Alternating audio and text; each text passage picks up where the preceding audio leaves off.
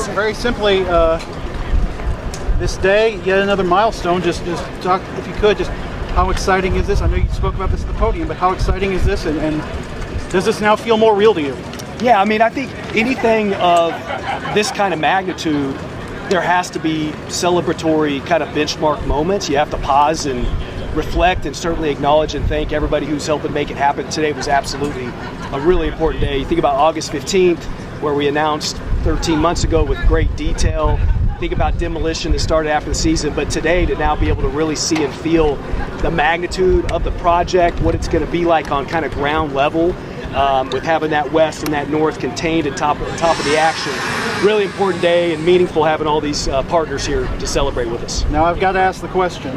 The Chancellor, I think, may have let it slip about Phase 2. Can you maybe shed a little bit more light on that? I don't mean to be making fun. I just wanted to ask about it. No, well, listen, Phase 2 continues to be really important work in progress, especially as we think about the momentum and the tangible reality of Phase 1. It's not just, hey, we're trying to work through Phase 1. We are executing Phase 1, which means we're moving further down the path of Phase 2. A couple components of that, got to have the right kind of developer partner, right? That's something we're right on the doorstep of having developer partners that can help bring to life not only the new east side and a south, but also hotel, potentially residence hall, potentially other components of the gateway development. So when we have those kinds of details announced, and then obviously, of course, some more refinement around the funding plan, we'll be as anxious as anybody to announce details of Phase 2. You talked about the benchmarks and celebrating those. Is signing the beam customary, or was that a KU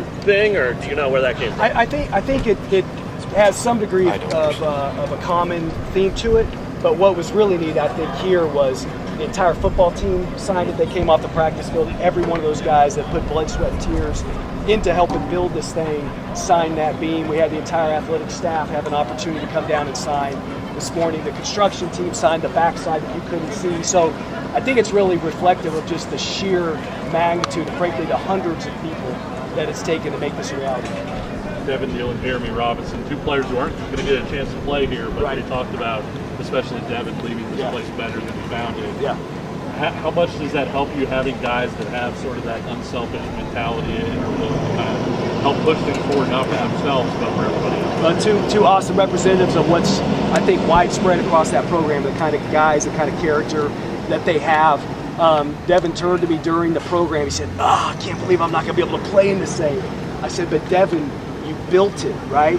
And I think for him, for Jeremy, for all those seniors, and the guys that came before them, of course, to know they had really an incredible hand in building something so tangible is pretty powerful. And then they'll obviously have a chance to come back. I toyed around with Devin. I said, hey, man, where do you want that name when we get that ring of honor up there? Because we know that's going to be something that will come. So I know he's the kind of kid with maturity and a perspective that really grasps, I think, the magnitude of this. He didn't pick? He didn't pick. We wasn't really to take that step. West Virginia. West Virginia. You mentioned fundraising. How are things going on that? Really well, really well. So fundraising wise, we really have about a $250 million goal for Phase 1. Yeah. We are on the doorstep of $200 million on the fundraising.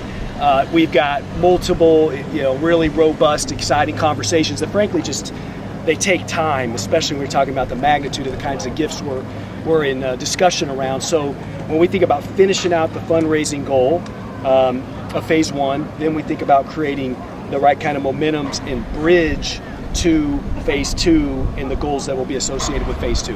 Relatedly, great path. Relatedly, just what's it been like trying to figure out the operating budget for this year, and when do you think you'll have the budget for that by department? Yeah, good question, Henry. So it's been a journey for a variety of reasons in terms of plotting out and refining and finalizing this current budget cycle.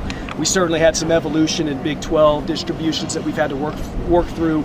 Big part of it, of course, has been the debt service component. When we go out to market later this year to borrow against Phase 1, we're trying to really refine and determine what that annual impact is going to be this year, and then of course the subsequent years thereafter. And then another component is, hey, we're really trying to prepare for this assumption that the House settlement will go through, and then we're talking about rev share. What does that mean in some changes we need to make this year?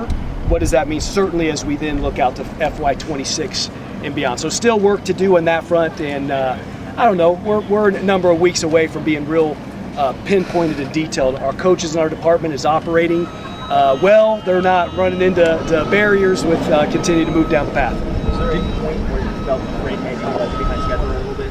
From a construction perspective? Yeah. I mean, no, not really. I mean, it's like anything. You know, you can't live with fear of something difficult happening. You know, you're going to have budget hurdles to get over. We've worked through those really well, and from the jump, this project team, Turner and all the subs have demonstrated that when they say they're going to find their way to get it done, they're showing that through the 7 days a week work ethic and commitment to the project. So never really any real concerns about that. I mean, I think in 8 months, then you're talking about the finishing touches and what has to be all the way down to the wire for August of 25. Ground listed a lot of numbers, amount of steel hours, things like that. Do we know what the capacity yet is going to be after phase one? Well, when we open in a year, what we know about west, north, remaining east, and conceivably still some temporary stuff in the south. We know unequivocally it's 40,000 something. 41, 42, 43 to be determined, because there's still some opportunities to look at what we want to do here in the south on a temporary basis, right? And then the question still remains, and this is not dodging, I mean literally we have the ability to determine what do we want and need this east and south to be from a more permanent perspective. And that's going to have everything to say about how deep into the 40s do we go, what other things have been demonstrated to pinpoint kind of final capacity. You know, I talk about fan support. I mean, the fans have been incredible, right? I mean, we're talking about sellouts consistently going back to last year, the couple prior to sellouts and standing room, obviously, and then some out at Children's Mercy. We're excited about, the sales trajectory for Arrowhead for these 4 games. So it's nothing but, I think, real positive energy, and we've got some runway to figure out final decisions there. Obviously, Arrowhead being as big as it is, does that kind of play a factor? Obviously, the bigger city that you guys kind of have. Yeah. Is there a number that you're going to hit, obviously, and is that factoring to what you guys do? No, I don't know that there's a real strong correlation. I mean, listen, I think what we want that has relationships to everything is we want a great home field advantage, right? We've wanted a great home field advantage for this team the last couple years, obviously. We've wanted to build upon that, which is obviously it has. We've wanted a great home field in the very low 20s out of Children's Mercy, certainly great home environments. Those 2 games, we want a great home field atmosphere at Arrowhead. We want that to be a competitive advantage for the young men. And then, not to say we couldn't take learnings from that to help inform us in East Side and South Side, but it's certainly more than just a 4-game stretch or what happens at Arrowhead that will inform on how we map that out. One more? Anyone has one? What does it mean to you to have students back on campus and be able to come by and take photos and see all the progress that's going on? Yeah, I mean, I think it's been cool twofold for students to literally be here and they're seeing it, right? They now have a much stronger connection to why are we doing this? Why are we making this commitment? Why are they sacrificing this fall, right? And then we know they've had a great experience the first 2 games at CMP. We know they're going to have a great experience at Arrowhead. And for those that return as, seniors, juniors on down next year, to open this thing up together is going to be a once-in-a-generation opportunity.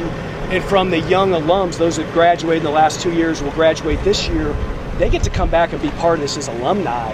And again, that's generational. No other alumni base or segment has been able to experience opening something for the first time. So we feel the support and the energy from the students undoubtedly. Thanks, Matt.